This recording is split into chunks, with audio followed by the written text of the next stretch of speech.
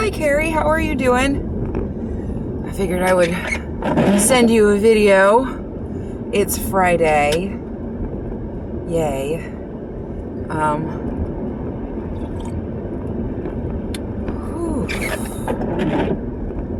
It's one of those rainy spring days. I love the rain. I mean, I love the sun, don't get me wrong. The sun makes me very happy. But there's something so wonderful about like a really dreary day. That's just the kind of person I am. I'm down with the drear. I hope you're doing well. It's been probably about a month since we talked. And we drove around. Angela and I drove around on Monday because I went to go get my first COVID vaccine. Yes. And I was feeling kind of tired afterward, and so she drove my car. And you know what it's like when like somebody drives your car, like the seat is just not right for, I don't know, days. So anyway, have you managed to get your shot yet? Any shots yet? Iowa, I don't know. Our governor, gee whiz. Sometimes, I mean, from the political perspective I hold in my heart, she is a total disappointment. From a practical standpoint, there are probably as many reasons to applaud her as there are to throw tomatoes at her. She's got this way of like doing all of the like really bad conservative things like more loudly, and then doing things that are not bad and not conservative necessarily, and then like not saying anything about them, or just kind of like saying something small and then letting it go by. So yeah, it's really frustrating. But we are finally, after being like, I don't know, nearly dead last in the nation for getting COVID vaccines, we're finally getting some vaccines in, and it's just been nuts. Like I managed to, Angela's like on all kinds of like Twitter feeds and everything, because she really wants like the Johnson & Johnson vaccine. But she gets like all these notifications whenever there's some vaccine available, and she let me know on Sunday. She's like, they've got vaccine at, the grocery store, at the pharmacy, blah blah blah. So I tried to get on, and like the site kept crashing, and finally the site was up, and I thought I was going to get an appointment, but by the time I got done doing the questionnaire, then it was like, oh, sorry, no more appointments at this location. I'm like, damn it.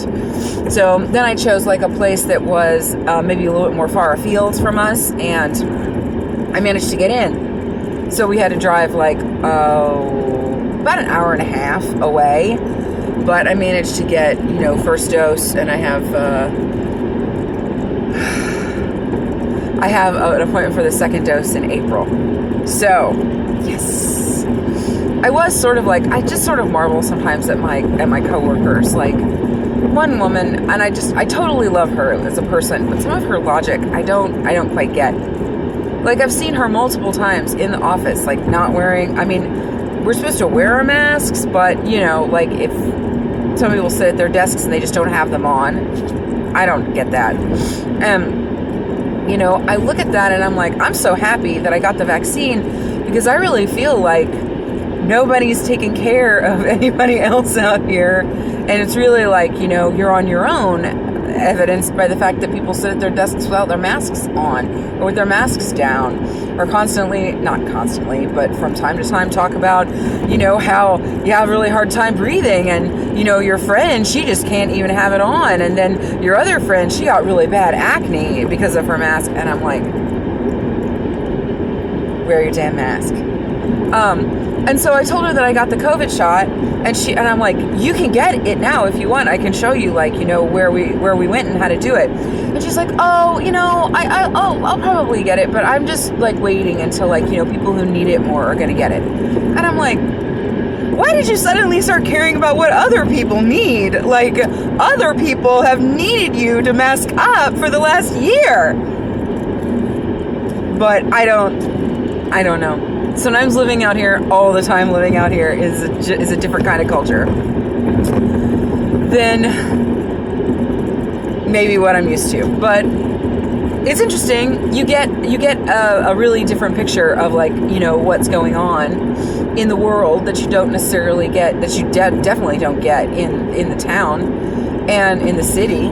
And, you know, I was like reading an article about, there's all these new initiatives through what was the American Rescue Plan, like having to do with farmers and all this stuff. And they're starting to put information out about it. And of course, they always like send out a press release before they let us know like what we're going to have to do as employees of the USDA. So that's always kind of a fun way to do your work life. But yeah, you know, I was reading this article in the Washington Post about like what Tom Vilsack had said about the new, you know, USDA programs that are going to be taking shape through the American Relief Plan.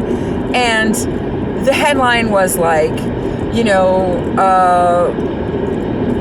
it turns out that under Trump, like the majority of people helped by coronavirus relief were white farmers, and that like very like 0.1% of the relief went to farmers of color. Now, there's a huge racist legacy in the USDA that it, depending on who you ask, may or may not be trying to mitigate. So there's no surprise in that. I mean, it's shocking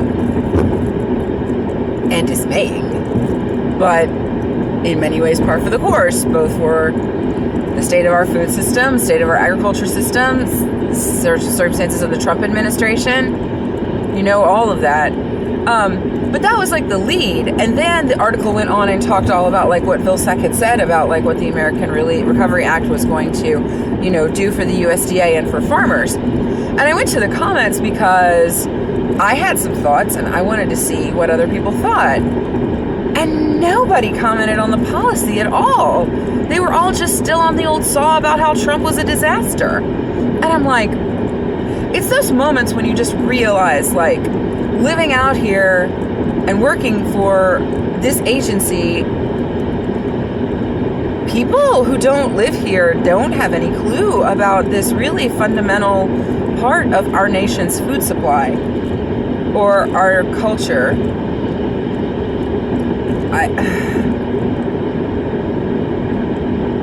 That's really dismaying too, because I used to be one of those people, and now I'm passing the sign that says unmask our kids at HLV. HLV is the local school district, so there's a new push among, I don't know, concerned citizens to like rip away safety precautions from our children at schools. I don't know, whatever. So anyway, that's my jaw about the state of the political situation. I did manage to get my my stimulus check though. Yes. Which yielded some interesting results in my personal finance picture. But anyway,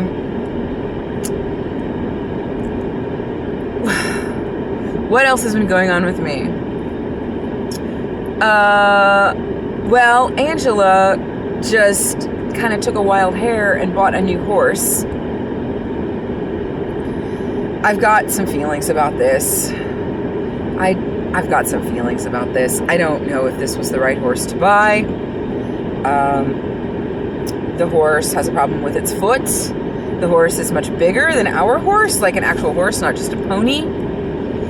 And its breed sometimes can have some problems.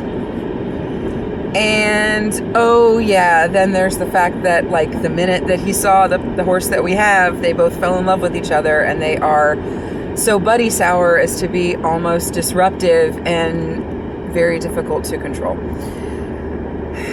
But the love of my life says that she felt a love for this horse calling out through the distance, through space and time, and she's decided she loves this horse. For the most part. Some of her parts want to get rid of the horse, but the ones that want to keep the horse seem to be winning.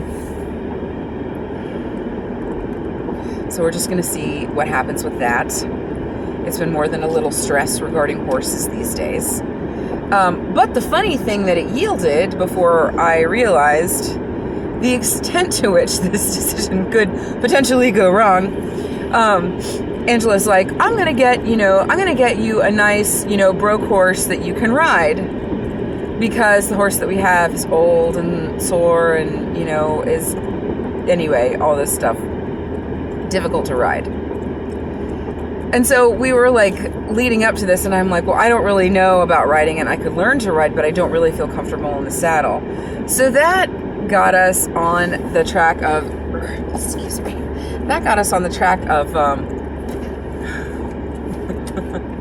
horse riding machines. I don't know if you know these. Apparently, some time ago, there was like, I won't say a fitness craze, because it didn't reach me. But there are these machines that simulate horse riding.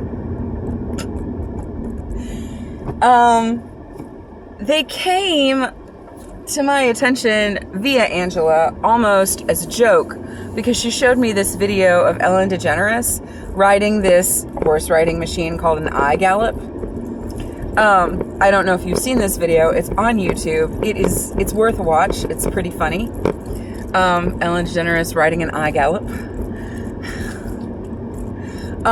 But the notion of having like a horse riding machine to get me more comfortable in the saddle and also to build core muscle strength sort of seized my imagination, much in the same way that buying this new horse probably seized Angela's heart. And so after thinking of it and fretting over it for about like a week and a half, I like dropped the hammer and $700 on a horse riding machine. Did I intend at the beginning of the year to spend $700 on a piece of exercise equipment? No, ma'am, I did not. Is it the funnest thing that I've ever taken money out of my savings to buy? Oh, most definitely. So, the horse riding machine that I got, it is not the iGallop. It is a little bit more sophisticated than the iGallop. And it arrives on the 1st of April. So, I am super excited about this horse riding machine. For fun and fitness. Yeah, I can't wait. I can't wait to send you a picture when it's here. In other fitness news, things are going well.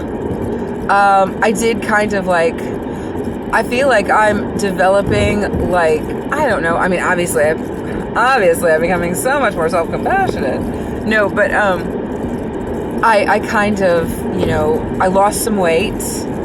Right now I'm like 217, 218, like around there.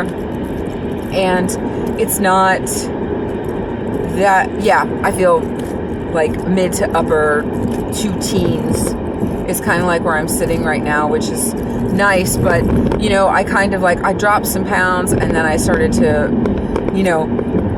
kind of like panic and go into sort of like an eating disorder, kind of like nervousness about like psyching myself out. Like, am I losing too much weight too fast? Am I don't know, just all kinds of stuff. So, I just kind of like pumped the brakes a little bit, gave myself some compassion, and, you sort of go like up and down and up and down. And, my up was under 220, which I actually, my low at this point was 216, which, pheasant nearly flew into my car, which means that I am lower than that's a weight that's lower than I've been in over 20 years, probably like 23 years-ish, which feels good and scary, hopeful, and strong. And so I'm dealing with like the emotions of that, and I'm trying to take them in stride and be nice to myself. And I'm loving the weight machine. I feel like I'm taking like a more casual but more consistent approach to fitness. You know, like before, you know, you gave me workouts, and you taught me workouts, and you kind of taught me how to build some of them, and what, you know, small amount, like how different structures of workouts, you know, have an impact on, you know, whether you're going to be able to lift more later, whether you're going to be able to build muscle, whether you're going to, you know, things like that, build endurance. And, you know, it's been useful and interesting to have a couple kind of like pre-made up workouts like in my back pocket or in the back of my mind. But honestly, I kind of have general fitness goals. Like, you know, I'm still thinking about, I want to do the back bend. I'm still thinking about, I want to do the chin up. I'm thinking about, I want to be able to get up on the horse. And so I'm kind of thinking about it in terms of like, these are the major muscle groups that these are the muscle groups I need to be able to strengthen, and I need to be able to count on and advance in. So, you know, I try and I do my yoga most days. The flexibility, the improved flexibility and strength that I see from that is mind-boggling. I had no idea. And as a personal meditation and as a personal check-in, I think that it's more useful to me and it's more resonant. It reaches more points in my life than any like sit-down meditation I've ever has. And I am just blown away. I have found that I am better able to connect with my body and connect my feelings in my body, and to maybe appreciate in ways that I didn't before how a desire to eat may be coming from a physical feeling that I haven't been able to identify or connect with, because maybe I feel a lot of my emotions in my body. And that addressing those feelings, feeling them in a physical way, could be a really useful key to working through them and like not being tossed and turned because of them. We had like some really emotional times, like having to do with like having the grandkids out and then getting the horse and a lot of excitement happening. And finally, when I got a chance to relax from that, I was just like, I don't know why, but I need to exercise. Like, I just need to do it. And I really I worked myself out hard. Like sometimes I'll do, you know, if I start out and I do a routine, then I'll like start with some sort of stamina building, like jumping rope or jumping jacks. Like those are the two big ones. And this time I did both jump rope and jumping jacks. And, you know, instead of doing like, you know, 3 sets of 7, got away with the guy hauling the anhydrous. Instead of doing 3 sets of 7 push-ups, I did, you know, 3 sets of like 12 push-ups, and then did like 3 extra ones like afterward, and like then I did, you know, my crunches, and then I did you know, my pull downs and my rows. I rowed, and I did my like bench presses and all this stuff. And I was like, as I was doing it, I just like started crying. Like I was just feeling all this anxiety and emotion and release and all like this, like in my torso, like in my gut. And I was like, I don't know what this is, but there's some lesson here that I need to roll with. And just trust myself on. That kind of a sort of spiritual, physical, emotional meld. That's pretty powerful. I'm just going to keep that awareness in the back of my mind and see what else that kind of knowledge yields for me. But yeah, I find myself, to go back to what I was saying, I find myself just being more consistent and more casual about it. Like, I just move and I just look for ways to build strength. I look for ways to practice my balance. I use the exercise book to just be like, what sort of like core strengthening exercise am I going to do today? What sort of like lunges should I try to do today? Like, what balancing exercises do I feel like doing? And I just kind of like look through it and consider a plan and then just kind of go for it. And I try and always stick in some stamina and always stick in some crunches and, kind of like try and, juggle it around, like maybe like concentrate on like back and arms and, like one day and then, concentrate on like quads and glutes and hip flexors and, calves like another day. And also Angela and I, we do more exercising together. And so it becomes like a relaxing and socializing time for us. And that's really fun. We get in there and before you know it, like, an hour can be gone. And, you just feel kind of good. You feel better. And, maybe you worked it hard. Maybe you didn't work it hard. But I'll tell you, I can do handstands again. And I can do cartwheels again. And I'm doing this thing lately where I'm working on raising my hips and my legs, like laying on my back and raising my hips and my legs over my head. And yesterday I did this, I was basically like almost standing up in a bicycle, but like not putting I was standing up almost to bicycle, but I didn't have my hands supporting my lower back behind me in that sort of like triangle thing you do to do that. And I was just like balancing and holding it there.